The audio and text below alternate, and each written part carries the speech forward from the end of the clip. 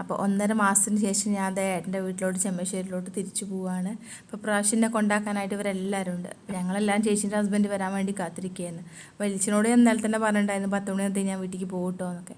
ഇപ്പോൾ 10 മണി കഴിഞ്ഞ് 11 മണിയായിട്ട് ഞങ്ങൾ പോയിട്ടില്ല എന്ന് കണ്ടപ്പോൾ ഒന്ന് ചീത്തറിഞ്ഞ് എപ്പോഴാണ് ഞങ്ങൾ നട്ടുച്ചയ്ക്കാണ് ഒരു വീട്ടിൽ കയറിച്ചില്ലെന്നൊക്കെ പറഞ്ഞ് വലിയച്ഛൻ ചീത്തറിഞ്ഞ് പോയി. മനുഷ്യട്ടൻ വന്നപ്പോൾ തന്നെ 11:45 കഴിഞ്ഞിട്ടുണ്ടായിരുന്നു. അങ്ങനെ ഫൈനലി ഇതാ ഞങ്ങൾ ചെമ്മശ്ശേരി എത്തി. കുറച്ച് നേരം സംസാരിച്ചൊക്കെ ആയിരുന്നു, വെള്ളമൊക്കെ കുടിച്ച് തന്നെ. ഞാൻ പോയ സമയത്ത് ഫസ്റ്റ് ഫ്ലോറിൻ്റെ ടൈലിങ് നടന്നുകൊണ്ടിരിക്കുകയായിരുന്നു. അപ്പോൾ അതൊക്കെ എല്ലാവരും കൂടി പോയി കണ്ടു.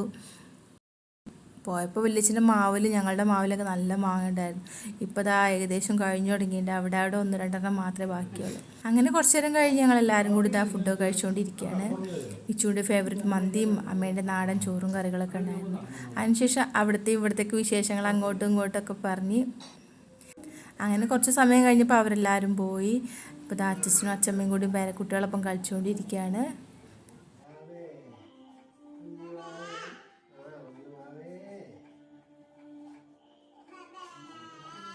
പിറ്റേ ദിവസം രാവിലെ ആശുക്കുട്ടി അച്ഛമ്മേൻ്റെ ഒപ്പം അടുക്കളയിൽ നിന്ന് പാലും ബിസ്ക്കറ്റൊക്കെ കഴിച്ചുകൊണ്ടിരിക്കുന്നുണ്ട്. അമ്മ നല്ല രാത്രി നേരം വൈകിട്ടാണ് മാവ് അരച്ച് വെച്ചിട്ടുണ്ടായിരുന്നത്. അതുകൊണ്ട് തന്നെ അമ്മ പറയുമായിരുന്നു മാവ് പൊന്തിയിട്ടില്ല, പക്ഷെ 1 കപ്പ് ഉഴുന്നൊക്കെ ഞാൻ ഇട്ടിട്ടുണ്ടായിരുന്നു, എന്ത് പറ്റിയാവോ നേരം വൈകി അരച്ചിട്ടാവും എന്നൊക്കെ ഇങ്ങനെ പറഞ്ഞുകൊണ്ടിരിക്കുകയായിരുന്നു. എന്താ ദോശ ചുട്ടുകൊണ്ടിരിക്കുകയാണ്.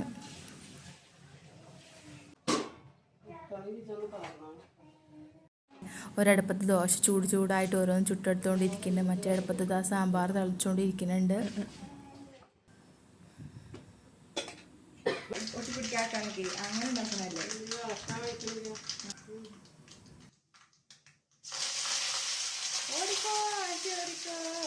അമ്മയുടെ പണികളൊക്കെ നേരത്തെ തന്നെ തീർക്കും. അപ്പോൾ അത് അടുപ്പത്ത് ചോറ് തിളച്ചുകൊണ്ടിരിക്കുന്നുണ്ട്. അങ്ങനെ അച്ഛനും അമ്മയും ആശയൊക്കെ ചായ കുടിച്ചതിന് ശേഷം ഞാൻ ചായ കുടിക്കാൻ വേണ്ടി വന്നിരുന്നതാണ്. ഞാൻ ചായ കുടിക്കുന്ന സമയത്ത് അമ്മ അല്ലിക്കുട്ടിക്ക് അവിടെ എണ്ണ വെച്ചുകൊണ്ടിരിക്കുന്നുണ്ട്. അപ്പോൾ അമ്മയും ആശയൊക്കെ അല്ലിക്കുട്ടീനെ ഇങ്ങനെ കളിപ്പിച്ചുകൊണ്ടിരിക്കുന്ന സൗണ്ടൊക്കെ കേൾക്കുന്നുണ്ട്. എനിക്ക് അത്ര നേരത്തെ ബ്രേക്ക്ഫാസ്റ്റ് കഴിക്കണമെന്ന് ഇഷ്ടമില്ല. അപ്പോൾ ഞാൻ സാവധാനമേ കഴിക്കുള്ളൂ. അങ്ങനെ ഞാൻ ചായയൊക്കെ കുടിച്ച് വന്നപ്പോഴത്തേക്ക് ഇത് അല്ലിക്കുട്ടീൻ്റെ കുളിയൊക്കെ കഴിഞ്ഞു. മുറ്റത്താണ് ആടുംകുട്ടികൾക്ക് അച്ചപ്പുല്ലൊക്കെ കെട്ടി കൊടുത്തിരിക്കുകയാണ്. അപ്പുറത്തെ വീട്ടിൽ പ്ലാവ് വെട്ടിയിട്ടുണ്ടായിരുന്നു. അപ്പോൾ കുറച്ചധികം ഇല കെട്ടിയപ്പോൾ അതിങ്ങനെ കൂട്ടിയിട്ടിട്ട് ആടുംകുട്ടികൾ മൂത്രമൊഴിക്കും വേഗം കേടുന്ന് പോവുകയും ചെയ്യുകയാണ്. അപ്പോൾ അത് ബണ്ടിലായിട്ട് ഇങ്ങനെ ഓരോന്ന് കെട്ടി തൂക്കിയതാണ്. അപ്പോൾ ആടുംകുട്ടികളൊക്കെ നോക്കി ആശുക്കുട്ടി ഇങ്ങനെ ബൈക്കിലിരിക്കുന്നുണ്ട്. തൊടിന്ന് അച്ഛൻ എനിക്ക് 2-3 മാങ്ങ എടുത്തുന്നുണ്ടായിരുന്നു. അത് ചെത്തി നോക്കിയപ്പോൾ അത് ചെനച്ചതാണ്.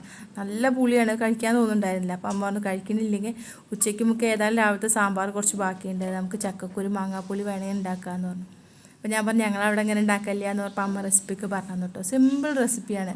മാങ്ങ ചെറിയ കഷ്ണങ്ങളാക്കി അരിഞ്ഞത്, ചക്കക്കുരു അരിഞ്ഞതും 2 പച്ചമുളകും ഇട്ടിട്ട് ബേസിക് പൗഡേഴ്സ് ആയിട്ടുള്ള മുളക് പൊടി മഞ്ഞൾപ്പൊടി ഉപ്പിട്ടിട്ട് ഒരു വിസിലടിച്ചാൽ മതി. വിസിലടിക്കാൻ വേണ്ടി ഞാൻ കുക്കർ അടച്ചിട്ടേ ഉണ്ടായിരുന്നുള്ളൂ. അപ്പോഴത്തേക്ക് ഉറക്കി കിടത്തിയിട്ടുള്ള ആളിത് ഉണർന്ന് ഇവിടെ കളി തുടങ്ങിയിട്ടുണ്ട്.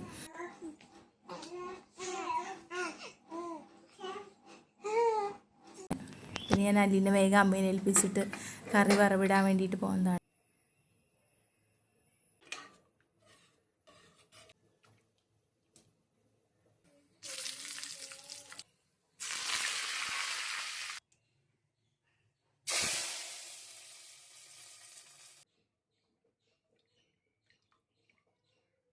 അതിനുശേഷം കുറച്ച് തുണികൾ അലക്കാണ്ടായിരുന്നു, അതൊക്കെ വാഷിംഗ് മെഷീനിൽ കൊണ്ടുപോയിട്ടു.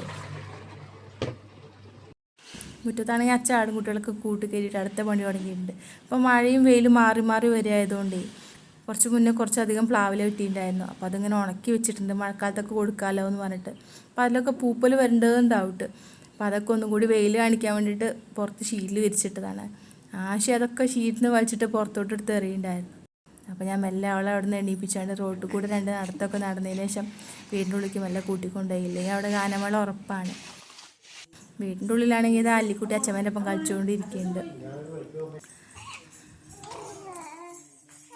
അമ്മ മീനൊക്കെ മസാല തേച്ച് ആദ്യം തന്നെ വെച്ചിട്ടുണ്ട്. അപ്പോൾ മീനൊക്കെ നന്നായിട്ട് വറുത്തെടുത്തിട്ടുണ്ട്. അങ്ങനെ എല്ലാവരും കൂടി ഉച്ചയ്ക്ക് ഭക്ഷണമൊക്കെ കഴിച്ചു. കുട്ടികളൊക്കെ ഉറങ്ങിയിട്ടുണ്ട്. വൈകുന്നേരത്തെ ചായൻ്റെ ഒപ്പം കഴിക്കാൻ എന്തെങ്കിലും സ്നാക്സ് എന്തെങ്കിലും വേണ്ടതെന്ന് പറഞ്ഞിട്ട് അമ്പലത്തിൽ നിന്ന് കൊണ്ടുവന്ന തേങ്ങ ഉണ്ടായിരുന്നു, അത് വെച്ചിട്ട് അട ഉണ്ടാക്കാമെന്ന് പറഞ്ഞു. അങ്ങനെ തേങ്ങയ്ക്ക് ചിരവി ശർക്കരയൊക്കെ ചീകി എടുത്തിട്ട് വീതിനേൻ്റെ മുകളിൽ അടകൾ ഓരോന്നായിട്ട് പരത്തി വെച്ച് നല്ല ഭംഗിയുണ്ടല്ലേ കാണാനായിട്ട്. അപ്പോഴത്തേക്ക് ഞാൻ കുറച്ച് ക്ലീനിങ് പരിപാടികൾക്കൊക്കെ പോയി തുണികൾ ഉണങ്ങിയതൊക്കെ എടുത്ത് വന്നപ്പോഴത്തേക്ക് അടയൊക്കെ റെഡിയായി ഇറക്കി വെച്ചിട്ടുണ്ടായിരുന്നു. അങ്ങനെ ഞങ്ങളെല്ലാവരും കൂടി ചൂട് ചായ ഇലയടയൊക്കെ കഴിച്ചു. അതിന് ശേഷം വൈകുന്നേരം പുറത്തോട്ട് ഇറങ്ങി കുട്ടികൾക്ക് കളിക്കാനൊക്കെ വേണ്ടിയിട്ട്. ഇവിടെ ആണെങ്കിൽ അച്ഛൻ്റെ ആടും കുട്ടികൾ 2 പേരും വമ്പൻ അടിയാണ്.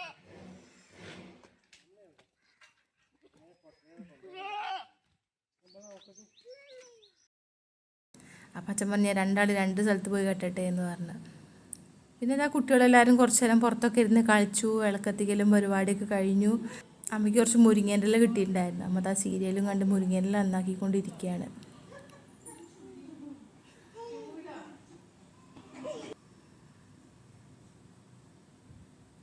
അങ്ങനെ രാത്രി എല്ലാവരും ഭക്ഷണമൊക്കെ കഴിച്ചു കിടന്നു.